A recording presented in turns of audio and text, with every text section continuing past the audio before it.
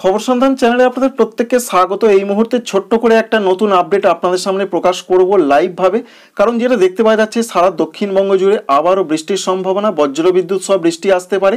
আলিপুর আবহাওয়া দপ্তর কি জানালেন সেটা আপনাদের একটু পরেই দেখানোর চেষ্টা করছি। তবে আমরা অনলাইন ম্যাপ থেকে যেটা দেখতে পাচ্ছি পশ্চিমবঙ্গের জন্য এই আপডেট রয়েছে। কলকাতা, হাওড়া, হুগলি, উত্তর এবং দক্ষিণ চব্বিশ পরগনা, পূর্ব এবং পশ্চিম মেদিনীপুর, বাঁকুড়া, পুরুলিয়া, ঝাড়গ্রাম, 2 বর্ধমান পূর্ব এবং পশ্চিম, সঙ্গে বীরভূম, মুর্শিদাবাদ, নদিয়া, প্রত্যেকটা জেলাতে বজ্রবিদ্যুৎ সহ বৃষ্টির একটা সম্ভাবনা দেখতে পাওয়া যাচ্ছে বিকাল থেকে রাতের মধ্যে। ঝাড়খণ্ডের দিকেও বৃষ্টি হতে পারে, রাঁচি সংলগ্ন জায়গায় বৃষ্টির সম্ভাবনা একটু বেশি দেখতে পাওয়া যাচ্ছে। অন্যদিকে দেখতে পাচ্ছি আমরা বীরভূম, মুর্শিদাবাদের দিকে বৃষ্টির সম্ভাবনা বেশি এবং মেদিনীপুর জেলার দিকে বৃষ্টির সম্ভাবনা বেশি। বজ্রগর্ভ মেঘের সমাবেশের সম্ভাবনা রয়েছে কিনা যদি আমরা দেখি, তাহলে অবশ্যই আমরা দেখতে পাচ্ছি বিশেষ করে রয়েছে কিছু কিছু জায়গায় বজ্রগর্ভ মেঘের সমাবেশের সম্ভাবনা। ঝাড়খণ্ডের জামশেদপুর রয়েছে, রাঁচি রয়েছে, এইদিকে হতে পারে। অন্যদিকে বাঁকুড়া, পুরুলিয়া, বর্ধমান জেলা, এছাড়া নদিয়া জেলা, এখানে কিন্তু বজ্রগর্ভ মেঘের সমাবেশের সম্ভাবনা বেশি। হুগলি জেলার দিকেও সেরকম একটা পূর্বাভাস পাওয়া যাচ্ছে। তাই ওয়েদার অফিস এটাই বলছেন যে বজ্রবিদ্যুৎ সহ বৃষ্টি হতে পারে এবং সেই সম্ভাবনাও দেখা যাচ্ছে। এবং প্রত্যেকটা জেলাতে 30 থেকে 40 কিলোমিটার বেগে দমকা ঝড়ের একটা সতর্কবার্তা রয়েছে। কোনো কোনো এলাকার ওপর দিয়ে বইতে পারে। তবে আমরা যেটা লক্ষ্য করতে পারছি, রাত 10টা বা 11টার পর থেকে আর কোনো বৃষ্টির সম্ভাবনা নেই এবং আগামীকাল কোনো বৃষ্টির পূর্বাভাস বা সম্ভাবনা এখনো পর্যন্ত আমরা দেখতে পেলাম না।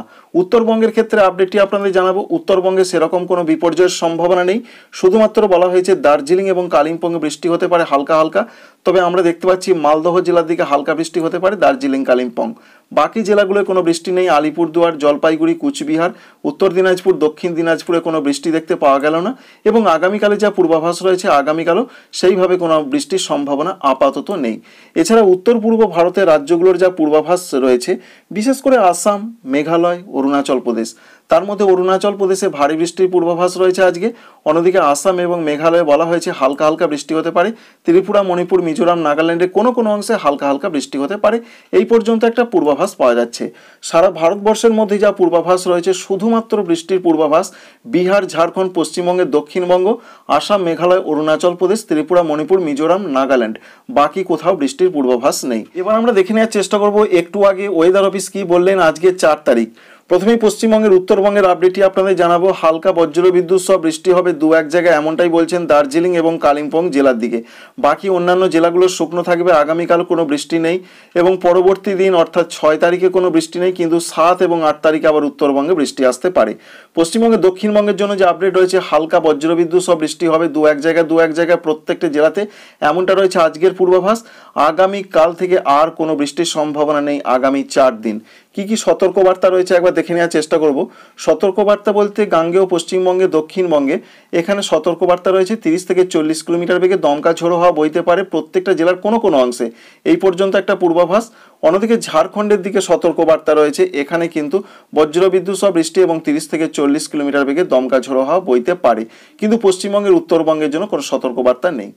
বাংলাদেশের জন্য যা পূর্বাভাস রয়েছে, বাংলাদেশ আবহাওয়া অধিদপ্তর জানাচ্ছেন প্রত্যেকটা বিভাগে অর্থাৎ রাজশাহী, রংপুর, ময়মনসিংহ, সিলেট, ঢাকা, খুলনা, বরিশাল, চট্টগ্রাম, কোনো কোনো অংশে 2-1 জায়গায় হালকা বৃষ্টি হতে পারে।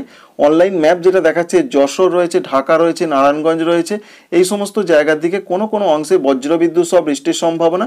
তবে যশোরের দিকে বজ্রবিদ্যুৎ সহ বৃষ্টির সম্ভাবনা বেশি, অর্থাৎ খুলনা বিভাগ, ঢাকা বিভাগের দিকে বৃষ্টির সম্ভাবনা বেশি। অন্যান্য বিভাগগুলোতে তেমন কিছু দেখতে পাওয়া যাচ্ছে না।